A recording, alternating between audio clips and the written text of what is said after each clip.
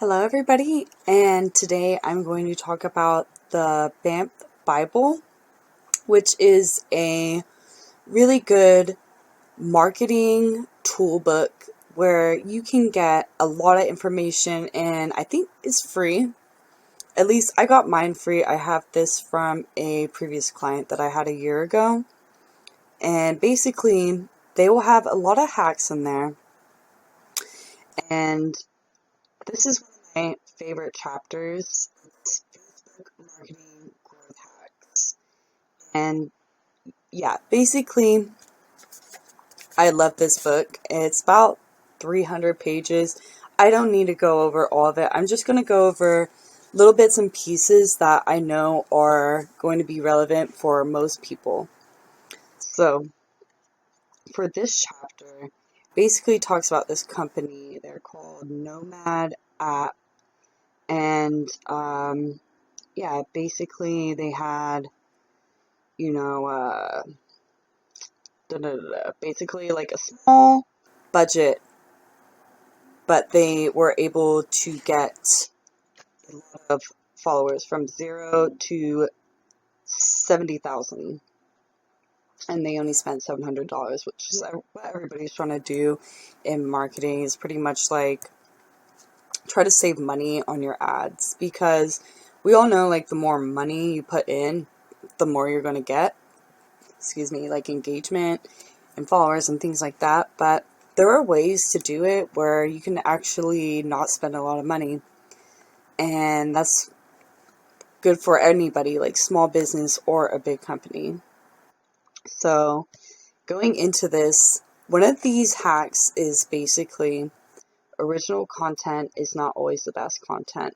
Now, what they're trying to say is you can use other people's content. For example, if you're like a marketing blog or a marketing agency, you can use other people's content who or has already excelled and has already got like a lot of likes, a lot of shares, and a lot of things like that, and post that. Or you could even use their strategy, but this is completely like not even using your own content. But I do suggest you do use your own content, because you do want high quality content, and you want to keep it with your brand voice. But there are ways where you can also do this and keep your own brand voice. And they say don't create until you curate. You don't need to do that, but this is a good advice, though, is to use other people's content that has already been successful. And you can build a community based off topics and interests alone. Of course, this is definitely true. Yeah, basically, whatever content does well with your audience, even if it's not your own content, the moment you get a ton of engagement on your page, consistently start mixing it with your own original content. I say you do that both, but that's okay. That's yeah.